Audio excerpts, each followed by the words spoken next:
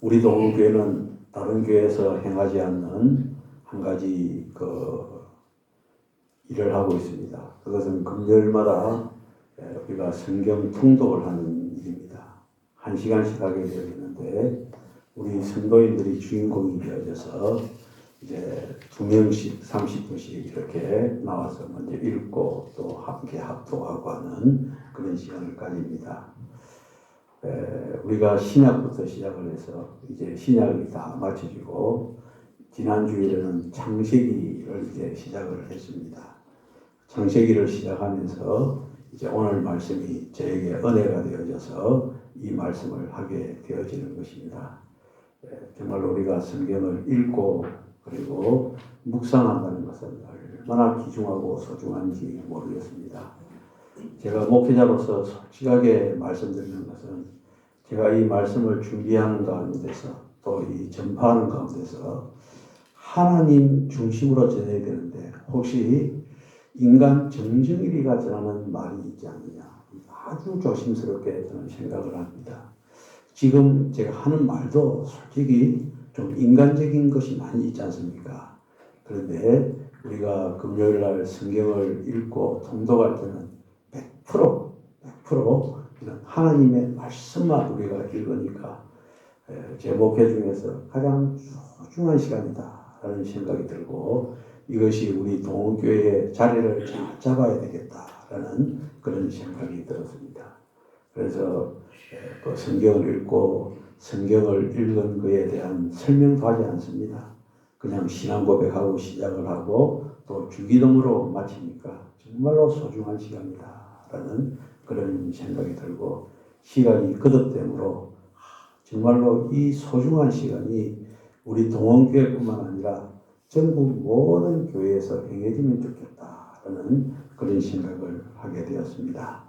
이제 지난 금요일날 성경을 읽고 묵상하는 가운데 제가 은혜 받았던 부분은 오늘 우리가 공독한 창세기 2장 16절로 17절 또 창세기 3장 4절로부터 5절까지의 말씀이 되어집니다.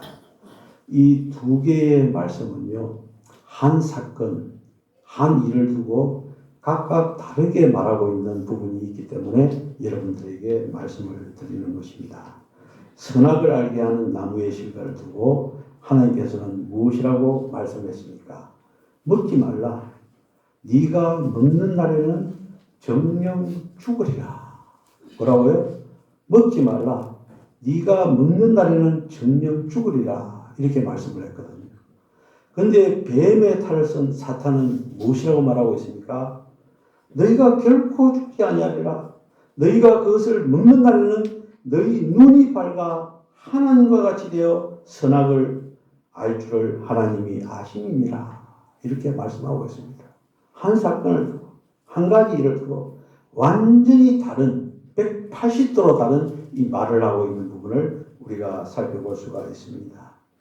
성도 여러분, 하나님께서는 우주 만물을 만드시고 맨 마지막 날에 인간 아담과 하와를 중에 후에 인간으로 하여금 온 우주 만물을 정복하고 다스리게 했습니다. 그 정복하고 다스리는 과정 중에 오늘의 사건이 일어났던 것입니다. 사실 하나님께서는 우리 인간을 너무나도 사랑하셔서 우리 인간을 만물의 중심에 두셨습니다. 창세기 20장 20절에 보면은 아담이 세상을 다스려 나가는데 힘이 드니까 돕는 배필 하와를 아내로 만들어 주었습니다. 아담은 로봇이 아니었습니다. 하나님의 형상대로 지음받은 인격체였기 때문에 사실 많이 힘이 들고 괴로웠던 것 같습니다. 그래서 하나님께서는 그 아담의 갈빗대를 하나 취해서 여자 하와를 만들어 아담에게로 데리고 왔을 때 아담의 반응이 어찌했습니까? 창세기 2장 23절에 보면은 아담이 가로되 이는 내 뼈 중에 뼈요 살 중에 살이라. 이것을 남자에게서 취하였은즉 여자라 칭하리라. 이렇게 말씀을 했던 것입니다. 뼈 중에 뼈요 살 중에 살이라. 이게 얼마나 의미심장한 말입니까? 우리 남자 성도 여러분들 오늘 집에 가셔서 아내에게 오늘의 이 말씀 당신은 뼈 중에 뼈요 살 중에 살입니다. 라고 하면서 한번 안아주면 얼마나 그 가정이 행복한 가정이 되겠습니까? 제가 이 말씀을 제가 전하면서도 제가 이 말씀대로 제 아내한테 하면은 돌아오는 말이 뭔 줄 압니까? 징그럽다. 왜냐하면 나이가 들면 들을수록 그러니까 아니겠습니까? 그러나 젊은 분들은 당신은 뼈 중에 뼈요, 살 중에 살이다. 알아주면요, 아이고 좋아라 이렇게 되는데 제 정도 나이가 되면 아이고 징그럽다. 저리 가라 하고 이단 협착기를 하지 않나는 생각도 듭니다. 그러나 그런 가운데서도 어떻습니까? 그 가정이 행복한 가정으로 이루어지는 것입니다. 여러분들 뼈 중에 뼈요, 살 중에 살이라 라는 이 말 속에는요 굉장한 의미가 담겨져 있습니다. 이 관계성을 창세기 2장 18절에 보면은 이렇게 말씀하고 있습니다.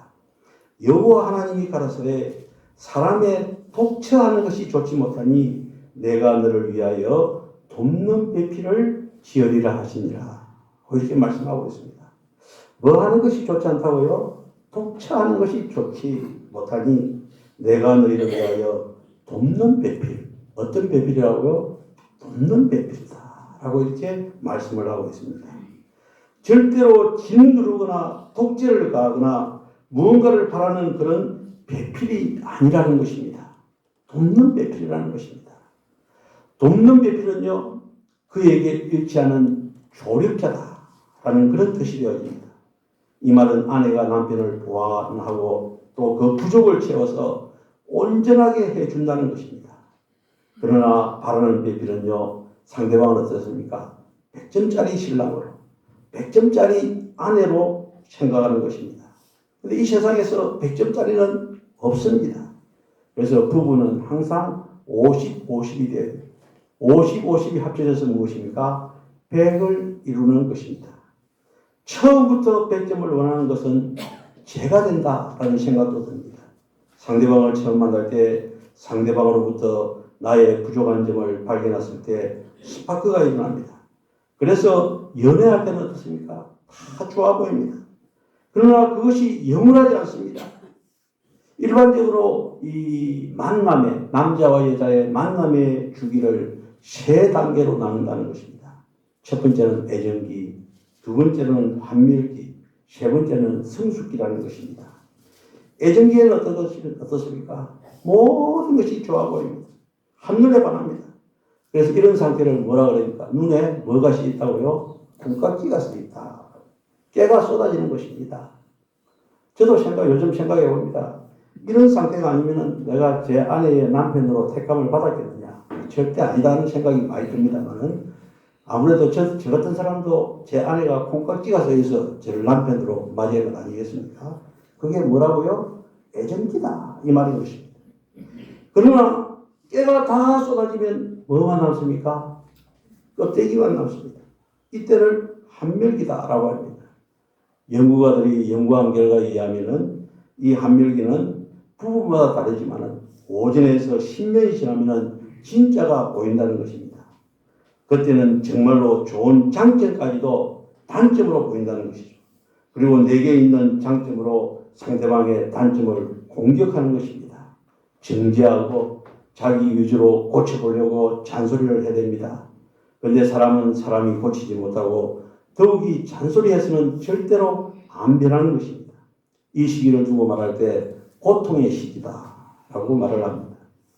이 고통을 피하기 위해서 별거도 해보기도 하고 이혼도 해봅니다만은 그러나 다 한계가 있는 것 아니겠습니까? 그러나 여기서 우리 인생이 끝나는 것이 아닙니다. 성숙기입니다. 성숙기는요, 아픔을 지나가면은 그리스도의 사랑을 경험하는 것, 이것이 성숙기인 것입니다.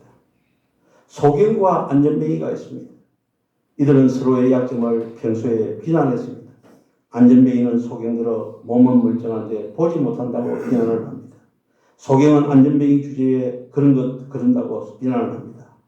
하루는 이웃집에 이제 잔치가 벌어졌습니다. 저들이 어떻게 할까 생각하다가 소경이 안전뱅이를 목마 태워서 발이 되고 안전뱅이는 소경의 눈이 되기로 했습니다. 그래서 목마를 탄 안전뱅이가 이제 그 소경의 왼쪽 귀를 당기면 어느 쪽으로 가면 됩니까? 왼쪽으로 가고, 또 오른쪽을 당기면은 오른쪽으로 가고, 그리고 한 번 당기면은 멈추고, 두 번 당기면은 이제 걸어가고, 이렇게 해서 그 잔치집에 가서 많은 음식들을 맛있게 먹었다라는 그런 이야기가 있습니다. 여러분들, 부부가 무엇입니까? 성숙기에 이르는 것은요, 소견과 안전대기가 함께 사는 것과 같은 것이 되어지는 것입니다. 이것이 바로 돕는 배필이 되어지는 것입니다.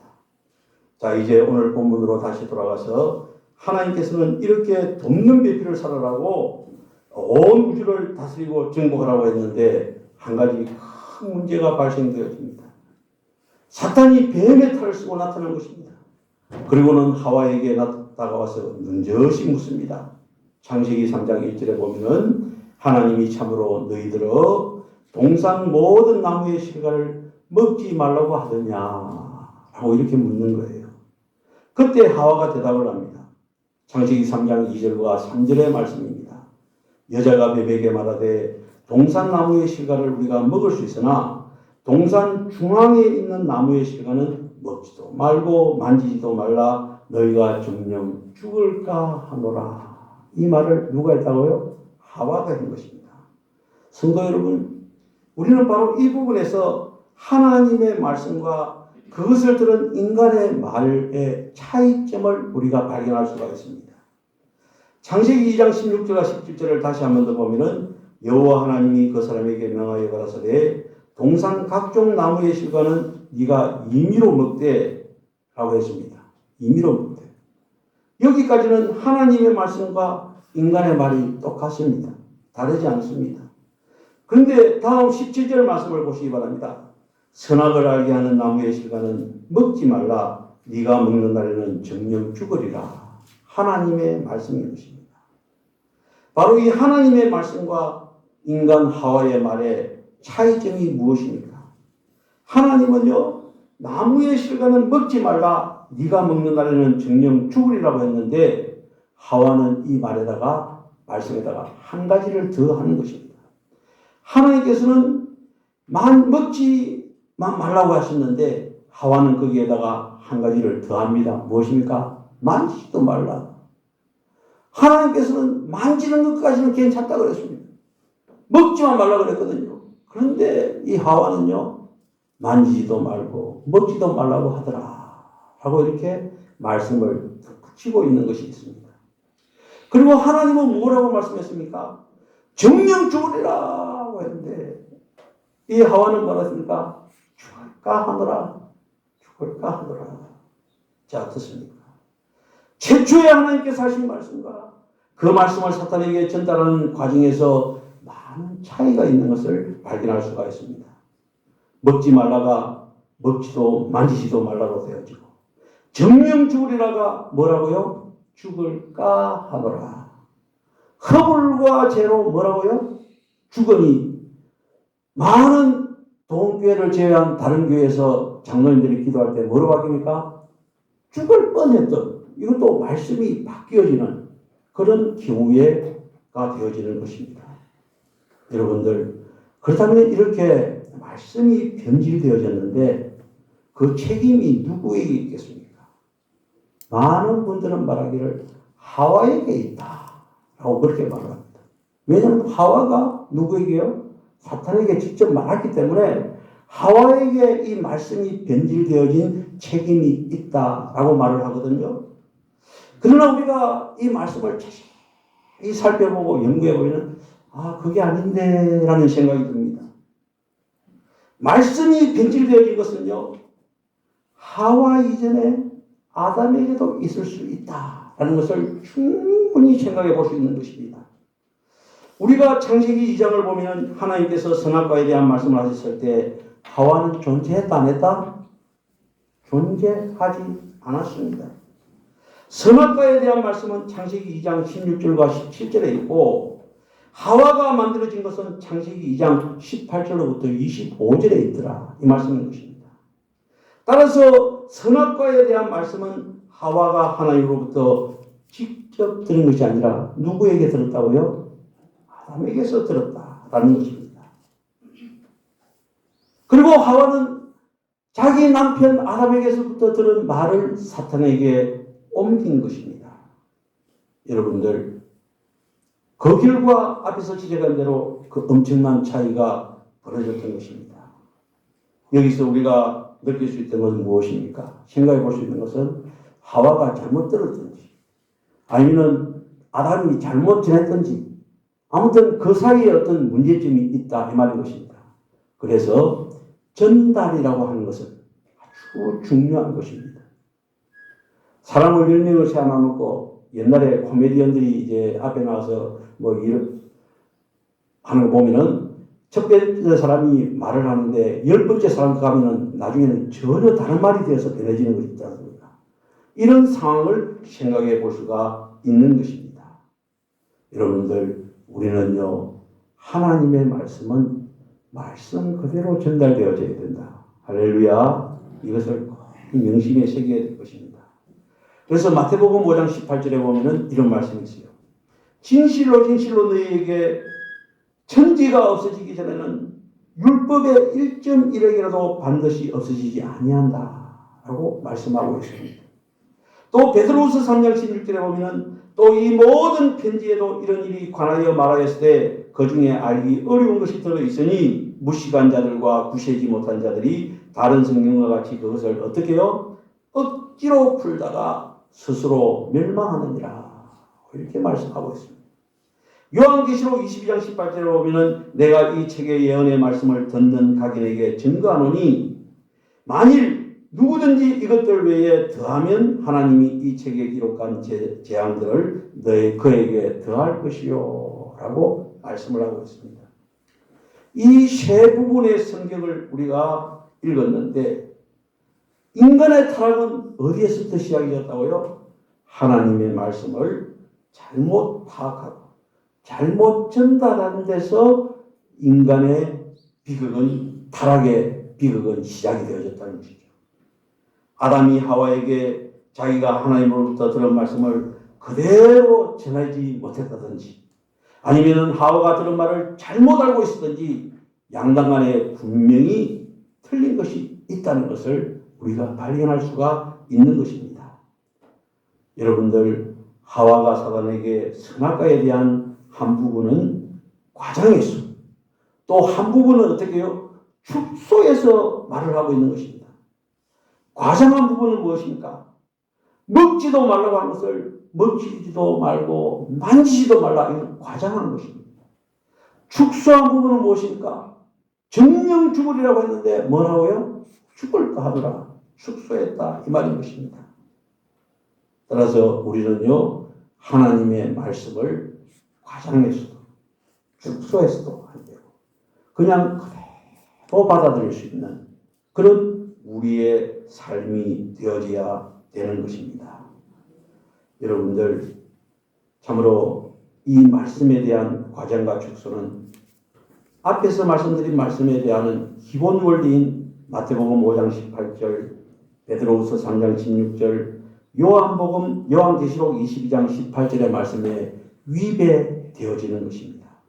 그런데 더 중요한 사실은 이제 사탄의 본격적인 공격이 시작되더라 이 말인 것이죠. 사탄은요 새빨간 얼굴로 귀신같이 험악하게 나타나는 것이 아니라 무엇을 가지고 공격을 합니까?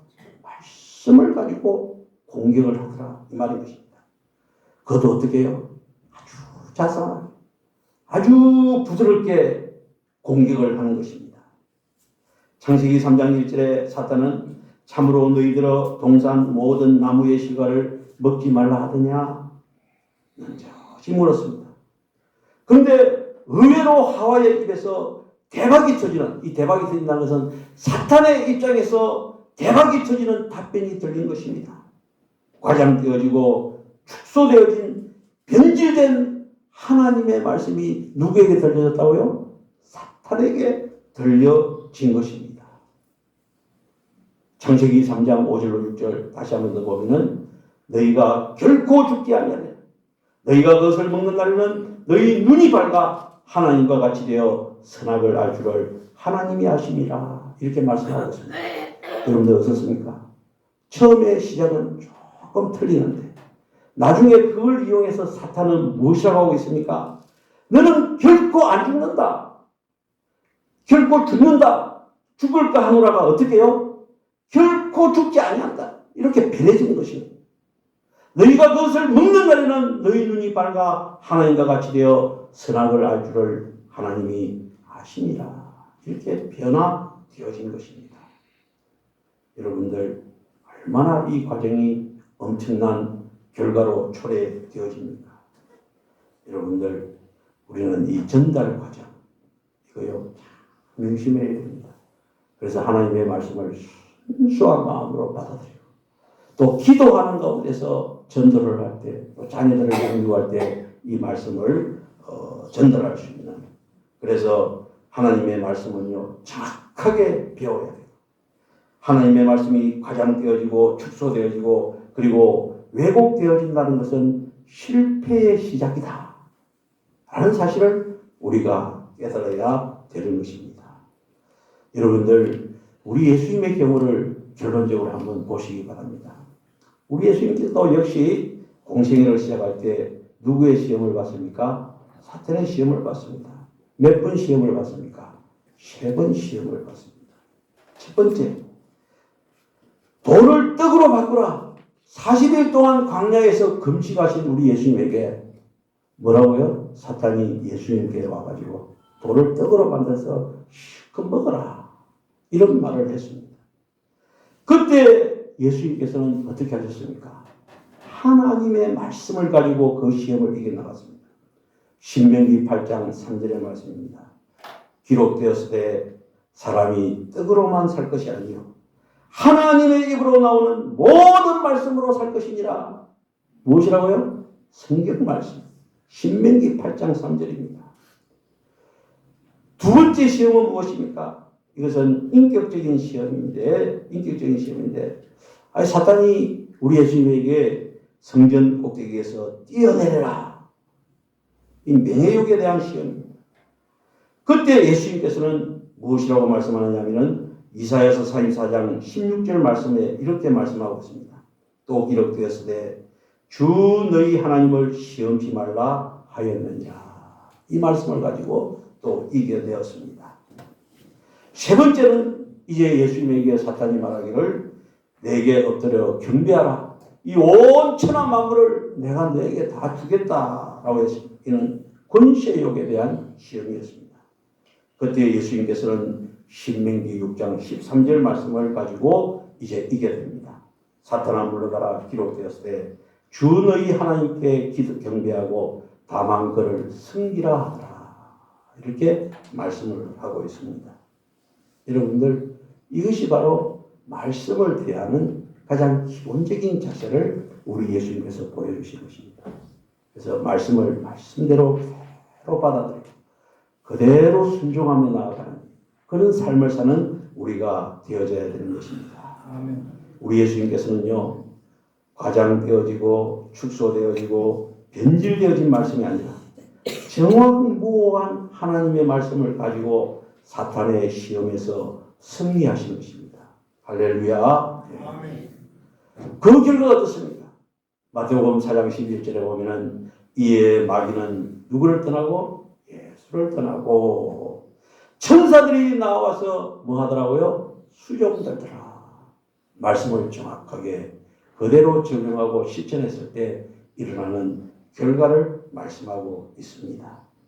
여러분들 사랑하는 성도 여러분, 우리에게 주어진 이 말씀은요 하나님께서 우리 인간들에게 이 세상을 어떻게 살아가야 되는지 그것을 잘 가르쳐주고 있는 말씀입니다. 이걸 두고 뭐라고요? 특별 계시다라고 말을 합니다. 이 말씀은요 우리 인생의 교과서인 것입니다. 우리 인생의 나침반인 것입니다. 이 인생의 교과서, 이 인생의 나침반 정확하게 잘 배워서 사용하면 우리 예수님처럼 영광스러운 사역을 시작할 수 있다. 이 말씀인 것입니다. 여러분들 저는 성경을 읽으면서 또 이 말씀을 준비하면서 깜짝 놀란 것이 우리 예수님께서요 부활하시고 나서 40일 동안 이 땅에 계셨습니다. 이 땅에 계셨는데 그 이 땅에 계시면서 우리 예수님께서 무슨 일을 했느냐? 아주 중요한 내용이 아니겠습니까? 우리 예수님께서는요, 부활하시고 나서 승천하시기까지 성경을 정확하게 가르쳐 주신 사역을 했다는 것입니다. 누가복음 24장 27절에 보면은 이에 모세와 및 모든 선지자의 글로 시작하여 모든 성경에 쓴 바 자기에 관한 것을 자세히 설명하시니라. 뭐라고? 성경 말씀을. 부활하시고 나서 승천하시기까지 그 짧은 40일 동안 우리 예수님께서 하신 사역이 무엇입니까? 말씀을 정확하게 가르치는 일을 했다는 것입니다. 누가복음 24장 32절에 보면은 저희가 서로 말하되 길에서 우리에게 말씀하시고 우리에게 무엇을요? 성경을 풀어주실 때에 우리 속에서 마음이 뜨겁지 아니하더냐 라고 했습니다. 역시 부활하신 이후에 우리 예수님께서 승천하시기까지 하신 일은 말씀 사역이었던 것입니다. 누가복음 24장 45절에 무엇입니까? 이에 저희 마음을 열어 성경을 깨닫게 하시고 라고 했습니다. 사랑하는 성도 여러분, 이 말씀 사역을 하신 이후에 우리 예수님께서는 영광스럽게 승천하셨다 이 말인 것입니다. 여러분들, 저는 이번 통독 시간을 통해서 이 통독 시간 너무 소중한 것이다 라는 것. 특히 우리 성도님들 앞에 나와서 30분 동안 이렇게 성경을 주도하면서 읽어 나갈 때 하나님께서 얼마나 기뻐하실까라고 했습니다. 여러분들이 성경을 읽었을 때 제가 밑에서 얼굴에 빛이 납니다 라고 했는데 진짜 빛이 나요. 웃을 일이 아니고 진짜 빛이 나요. 왜냐하면 저 같은 목사들은요 그냥 일주일에 10번 이상을 이 자리에 서기 때문에 어떻게 보면은 큰 부담 없이 이렇게 말씀을 읽을 수가 있습니다. 그러나 여러분들이 그 한 달에 두 달에 한 번 앞에서 대중 앞에서 성경을 읽는다는 거 얼마나 긴장된 일이겠습니까? 하나님께서 기뻐하시는 것은 그 긴장된 마음을 사랑하신다는 겁니다. 할렐루야. 그래서 여러분들 성경 통독 시간에 많이 오시기를 바랍니다. 우리 권사님은요 눈이 이제 잘 안 보입니다. 연세가 많이 들어서. 그러나 어렴풋이 들리는 그것도 기도 잘 안 들립니다. 그런데도 어렴풋이 들리는 그 말씀을 듣는 이 분위기가 너무 좋아서 이 자리에 앉아 계시는 우리 권사님도 계시지 않습니까? 그래서 제가 생각하는데 가장 우리 교회에서 가장 소중한 시간은 금요일날 성경 통독 시간이다. 할렐루야. 네. 대답을 안 하십니까? 정말로 너무너무 기분이 좋은 거예요. 여러분들 그렇게 생각할지도 모릅니다. 뭐 말씀 준비 안 하니까 좋지. 이렇게 생각하지만 솔직히 그런 것도 있습니다. 있지만은 그러나 그 근본에는요 말씀만 우리가 읽고 묵상한다는 것이 얼마나 소중한지 여러분들 아무쪼록 우리 교회에 주어진 이 귀한 성경 읽기의 이 사역을 통해서 우리 교회가 더욱더 뿌리가 단단하게 내리는 좌우로 흔들리지 않는 그런 복된 교회가 되시기를 주님의 이름으로 축원합니다. 기도드리겠습니다.